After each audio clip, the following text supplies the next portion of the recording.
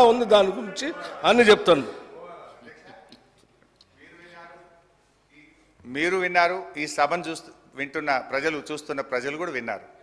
నేను చెప్పిన 42,000 కోట్లు ఎక్సైజ్ మీద ఆదాయం పెంచుకుంటున్నారు, గత సంవత్సరం కంటే 7,200 కోట్లు పెంచుతున్నారు అనే దాన్ని డిస్ప్యూట్ చేయలేదు. నేను చెప్పింది నిజం. అయితే వారు కొన్ని స్వీపింగ్ రిమార్క్స్ చేసినారు.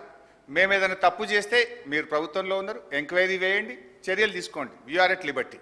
కానీ బాధ కలిగే అంశం ఏంటంటే గౌరవనీయులైనటువంటి మన సభానాయకులు సభలో లేరు. గతంలో మా మీద ఆరోపణలు చేశారు. తెలంగాణ బెల్ట్ షాపులు తెలంగాణ అయిందని, బొందలగడ్డ తెలంగాణ అయిందని వీళ్ళు మాట్లాడారు. మరి ఇప్పుడు మీరు మద్యాన్ని నియంత్రించి బెల్ట్ షాపులు ఎత్తేస్తామని మీ ఎన్నికల మేనిఫెస్టోలో చెప్పారు. నిజంగా మద్యాన్ని నియంత్రిస్తే, బెల్ట్ షాపులు ఎత్తేస్తే ఆదాయం 42,000 కోట్లు ఎట్లొస్తుంది? అంటే మీరు బెల్ట్ షాపులు ఎత్తేస్తారా, గల్లీకి ఒక బెల్ట్ షాప్ పెడతారా, లేదు ఏ రకంగా ఆదాయం తెస్తారో గౌరవనీయులు ఆర్థిక మంత్రి గారు సమాధానం చెప్పేటప్పుడు చెప్పమనండి. నేనేమంటున్నా అంటే మీరు ఆదాయం పెరుగుతుంది అన్నారు, ఆ 7,000 కోట్ల రూపాయల ఆదాయం ఎట్లా పెరుగుతుందని ప్రభుత్వం భావిస్తున్నది, ఏ రూపంలో పెంచుకుంటారో మీ సమాధానంలో చెప్పండి. నేను బడ్జెట్లో చూశాను అధ్యక్ష, బడ్జెట్లో ఒక 2 విషయాలు చెప్పారు. బీర్ల మీద ఆదాయం 2,760 కోట్లు పోయిన సంవత్సరం బీర్ల మీద ఆదాయం వస్తే ఈ సంవత్సరం బీర్ల మీద 3,500 కోట్ల ఆదాయం వస్తుంది అన్నారు. అంటే బీర్ ధర పెంచుతారా, ఎట్లా వస్తుందో చెప్పండి. రెండవది చీప్ లిక్కరు విస్కీల మీద గత సంవత్సరం 11,000 కోట్లు వచ్చింది, ఈ సంవత్సరం 15,500 కోట్లు వస్తుందని స్పష్టంగా బడ్జెట్లో పెట్టారు.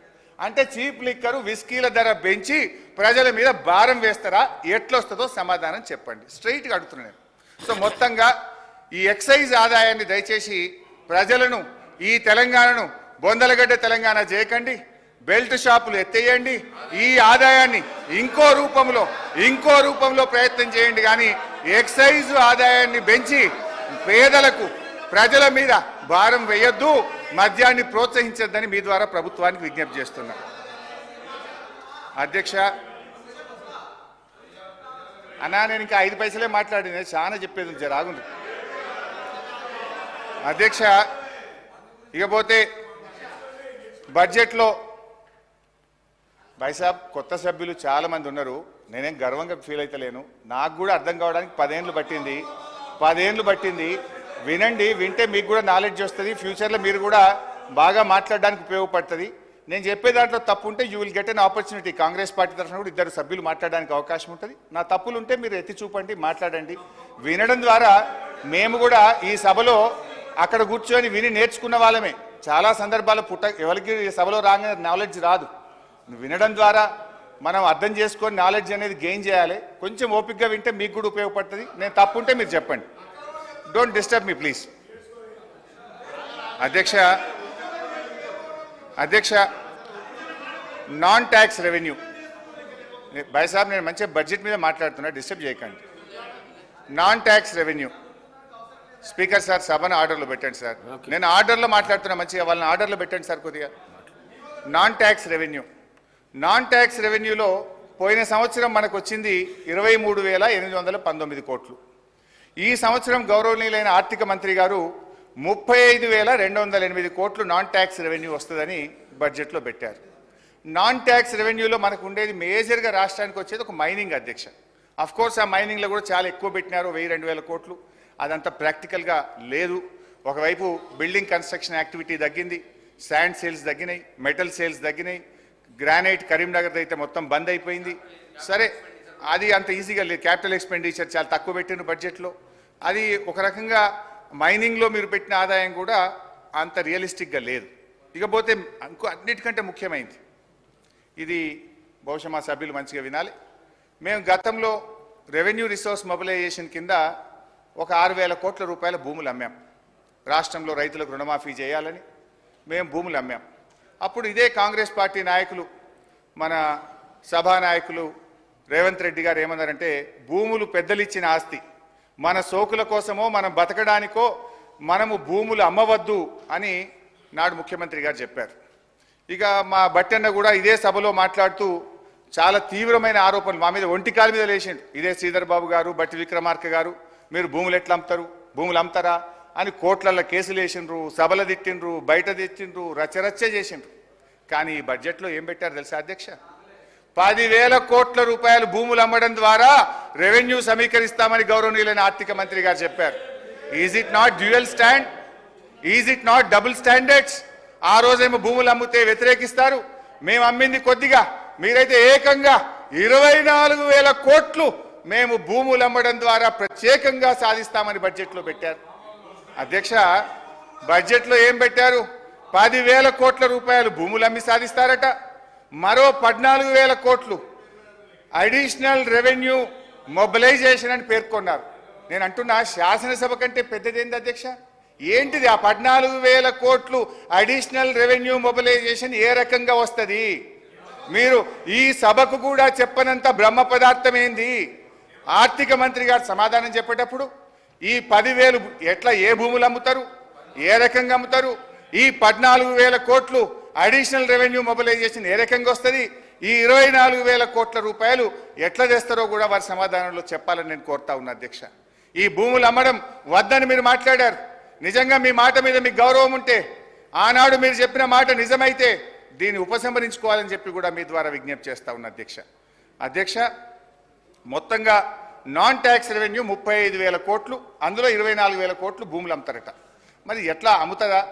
ఒకవైపు ఆర్థిక మాంద్యం ఉంది, హైదరాబాద్లో ఎవరైనా పెళ్లికో ఆరోగ్యపరంగానో అర్జెంటుగా ప్లాట్ అమ్ముకుందామంటే అమ్మని పరిస్థితి వచ్చింది.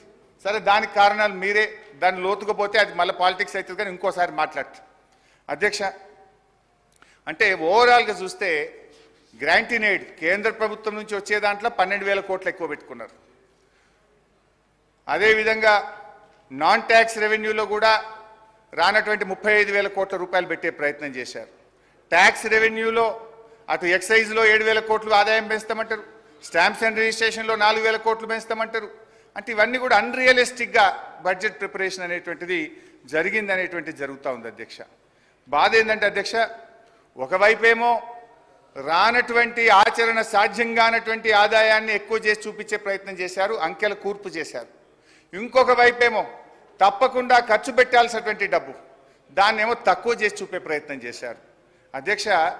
మనం అందరం చూసాం, ఈవెన్ బడ్జెట్ బుక్లో బడ్జెట్ గారి బట్టి ప్రసంగంలో వారు ఏం చెప్పారు? ఏకకాలంలో రుణమాఫీకి 31,000 కోట్ల రూపాయలతో మేము చేస్తున్నామని బడ్జెట్ ప్రసంగంలో చెప్పారు. నేను ఇంటికి వెళ్ళిన తర్వాత వాళ్ళు ఇచ్చిన పెన్ డ్రైవ్ ఓపెన్ చేసి మరి 31,000 కోట్లు ఏడబెట్టినరు, ఎట్లా పెట్టినరు మొత్తం లెక్క చూస్తే అది ఎస్సీ సప్లైన్ల కొంత, ఎస్టీ సప్లైన్ల కొంత, జనరల్ల కొంత మొత్తం పెట్టినరు. చాలా డీటెయిల్గా మొత్తం చూసిన, మొత్తం తీస్తే ఏమొచ్చిందంటే అధ్యక్ష 26,000 కోట్లు మాత్రమే వస్తున్నది. అసలు చెప్పిందేమో రుణమాఫీకి ఒక దశలో 41,000 అన్నారు, 35 అన్నారు, 31 అన్నారు. మరి బడ్జెట్లో చూస్తే మాత్రం 26,000 కోట్లే పెట్టిండ్రు. అంటే మరి మిగతా 5,000 కోట్లు ఏం జరగాలి? ఎక్కడి నుంచి ఇస్తారు? లేదు ఈ సంవత్సరం ఇవ్వకుండా నెక్స్ట్ ఇయర్ ఇస్తారా? లేదు కోతలు పెట్టినారు కదా, చాలా కోతలు పెట్టినారు రుణమాఫీ విషయంలో. లైక్ రేషన్ కార్డ్ అని, పిఎం కిసాన్ అని, ఎన్పిఏ అకౌంట్స్ అని, రీషెడ్యూల్ అకౌంట్స్ అని రకరకాలుగా కోతలు పెడతా ఉన్నారు. మరి కోతలతోనే ఏమైనా 31 నుంచి 25,000కు తగ్గిస్తారా? వారి సమాధానంలో స్పష్టత ఇవ్వాలని గౌరవనీయులు బట్టి గారిని నేను మీ ద్వారా కోరుతున్నాను అధ్యక్ష. ఇంకొక బాధ కలిగేది ఏంటంటే అధ్యక్ష, డిసెంబర్ 9 నాడు రుణమాఫీ చేస్తామని ప్రభుత్వం చెప్పింది. సరే, వారికి ఆర్థిక వెసులుబాటు కలగలేదా, కారణాలు ఏదైనా, ఇప్పుడు 15 ఆగస్టు లోపు చేస్తామంటున్నారు. కానీ బ్యాంకుల్లో ఏం జరుగుతుందంటే అధ్యక్ష, 9th డిసెంబర్ వరకే వడ్డీ చెల్లించి 9th డిసెంబర్ నుంచి జూలై వరకు ఉన్నటువంటి అప్పును రైతులే కట్టాలి అని చెప్పి బ్యాంకు వాళ్ళు ఆ వడ్డీని రైతుల నుంచి వసూలు చేస్తున్నారు. ఇప్పుడు ఎందుకంటే మీరు ఆలస్యం చేసిరు, డిసెంబర్ 9 అని ఆగస్టు 15కు రుణమాఫీని ఆలస్యం చేసింది మీరు. మొదటి సంతకం అన్నారు, మొదటి రోజు చేస్తామన్నారు, కారణాలు ఏదైనా 15 ఆగస్టు అన్నారు. ఆలస్య కారణం మీరు, వడ్డీ రైతులు ఎందుకు చెల్లించాలి అని అడుగుతా ఉన్నా. ఒక చిన్న ఎగ్జాంపుల్ నేను మీకు తెలియజేస్తున్నా అధ్యక్ష. ఇది మెదక్ జిల్లా నర్సాపూర్ నియోజకవర్గము, రైతు పేరు సాధు ఆంజనేయులు, కొత్తపేట గ్రామం అధ్యక్ష. ఆయనకున్న అప్పు 90,879. 90,879 డిసెంబర్ 9 నాడు ఉండే. మీరు 90,879 మాఫీ చేసిండ్రు, ఆయనకు మెసేజ్ వచ్చింది. సంతోషంగా బ్యాంకుకు పోయిండు. బ్యాంక్ అధికారి, ఇది ఆయన బ్యాంక్ అధికారి రాసిచ్చింది అధ్యక్ష, ఆయన పెన్ రైటింగ్ ఇది ఆ రైతు కట్టిన రిసిప్ట్. బ్యాంక్ అధికారి ఏమన్నాడు, బాబు డిసెంబర్ 9 నాటికి వడ్డీ రాష్ట్ర ప్రభుత్వం ఇచ్చింది, డిసెంబర్ 9 నుంచి ఈరోజు జూలై 22 వరకు వడ్డీ 9,000 రూపాయలు అయింది, ఆ వడ్డీ 9,000 నువ్వు కడితేనే రుణమాఫీ చేస్తామని బ్యాంక్ అధికారి రాసిచ్చిండు. ఇగో ఆ రైతు 9,000 కట్టి తెచ్చుకున్న రిసిప్ట్. అంటే మీరు ఆలస్యం చేసి రైతుల మీద వడ్డీ భారం వేయడం న్యాయమా? దీని మీద ఆర్థిక మంత్రి గారు తన సమాధానంలో చెప్పాలి. ఇది ఒక్కటే కాదు, ఇట్లాంటి చాలా ఎగ్జాంపుల్స్ నేను నా దగ్గర. కరీంనగర్ జిల్లా కోహెడ మండల రైతులు కూడా రోడ్డెక్కి ఈ వడ్డీ భారం మా మీద ఎందుకు వేస్తున్నారని ధర్నాలు చేశారు. I request Honorable Finance Minister, while he is giving the reply, he should clarify this. అధ్యక్ష, ఇకపోతే ఆరోగ్యశ్రీ హెల్త్ డిపార్ట్మెంట్. అధ్యక్ష, ఆరోగ్యశ్రీలో ప్రభుత్వం కొన్ని నిర్ణయాలు తీసుకున్నట్టుగా పత్రికల్లో చూసాం. మేము ఆరోగ్యశ్రీ రేట్స్ను 20% పెంచామో నిర్ణయం తీసుకున్నారు, మంచిదే. ఇంకా కొన్ని వ్యాధులను కూడా యాడ్ చేశామని చెప్పారు, ఇంకా మంచిదే. 5 లక్షల నుంచి 10 లక్షల రూపాయలకు ఆరోగ్యశ్రీ యొక్క దాని స్కేల్ కూడా పెంచాం, 10 లక్షల దాకా ఉచిత వైద్యం చేసుకోవచ్చు అన్నారు, చాలా మంచిది. కానీ బడ్జెట్ చూస్తే పోయినసారి మేము 1,101 కోటి రూపాయలు పెడితే ఈసారి తగ్గించి 1,065 కోట్లు పెట్టారు. ఇది ఎట్లా సాధ్యమైంది? మీరు వ్యాధుల సంఖ్య పెంచి 5 లక్షల్ని 10 లక్షలకు పెంచి 20% రేట్లు పెంచి బడ్జెట్ తగ్గిస్తే ఇది ఆచరణ సాధ్యమేనా అని నేను అడుగుతా ఉన్నా. అధ్యక్ష, ఇక్కడ ఒక చిన్న విషయం ప్రభుత్వం దృష్టికి తెస్తా ఉన్నా. గవర్నమెంట్లు అనేటువంటివి వస్తూ ఉంటాయి, పోతూ ఉంటాయి, ప్రభుత్వాలు మారుతుంటాయి, ఎవరం కూడా పర్మనెంట్ కాదు. మా ప్రభుత్వం వచ్చినప్పుడు గౌరవనీయులు కేసీఆర్ గారు ముఖ్యమంత్రిగా కూర్చొని ఒక మాట అన్నారు అధ్యక్ష. గౌరవనీయులు అప్పటి మాజీ దివంగత ముఖ్యమంత్రి వైఎస్ రాజశేఖర రెడ్డి గారు ప్రవేశపెట్టినటువంటి ఆరోగ్యశ్రీ పథకం చాలా మంచి పథకము, మా ప్రభుత్వం పేరు కూడా మార్చకుండా యథావిధిగా ఆ పథకాన్ని కొనసాగిస్తామని చెప్పాం, 10 ఏళ్ళు కొనసాగించాం. అదేవిధంగా వైఎస్ రాజశేఖర రెడ్డి గారు ప్రారంభించినటువంటి ఫీజు రియంబర్స్మెంట్ కానీ 108 కానీ ఇలాంటి మంచి పనులను సభా వేదికగా ముఖ్యమంత్రి గారు ఆనాటి ముఖ్యమంత్రి కేసీఆర్ గారు మెచ్చుకున్నారు, ఆ పథకాలను మేము కొనసాగించాం. కానీ మీరు కేసీఆర్ కిట్ అనే పథకం ఉన్నది, అది చాలా మంచి పథకం. దాని ద్వారా మన రాష్ట్రం IMR MMR infant mortality rate, mother mortality rate గణనీయంగా తగ్గి దేశంలోనే అతి తక్కువ మాతా శిశు మరణాలు నమోదు చేసిన రాష్ట్రంగా 3వ స్థానంలో తెలంగాణను మేము నిలిపాం. అంటే నేను ఒకటే కోరుతున్నా, ఒకవేళ మీకు కేసీఆర్ అనే పేరు ఇష్టం లేకపోతే పేరు మార్చుకోండి, మాకేం అభ్యంతరం లేదు. కానీ దయచేసి న్యూట్రిషన్ కిట్టు, కేసీఆర్ కిట్ అనే పథకాలను కొనసాగించండి.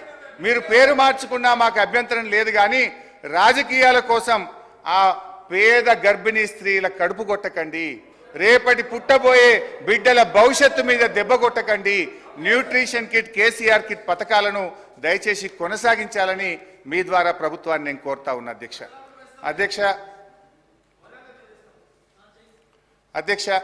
ఇంకొక ప్రధానమైన విషయం, అప్పుల విషయంలో పదే మా ప్రభుత్వం మీద బురద జల్లే ప్రయత్నం చేశారు. అయితే నేను గౌరవనీయులు భట్టి గారు నేను చెప్పేది విని వారి సమాధానంలో ఒకవేళ నేను తప్పైతే వారు క్లారిఫికేషన్ ఇవ్వాలని కోరుతా ఉన్నా. ఇది సభలో ఆ రోజు ప్రవేశపెట్టిన తెలంగాణ రాష్ట్ర ఆర్థిక శ్వేతపత్రం. ఇదే విషయాన్ని తన బడ్జెట్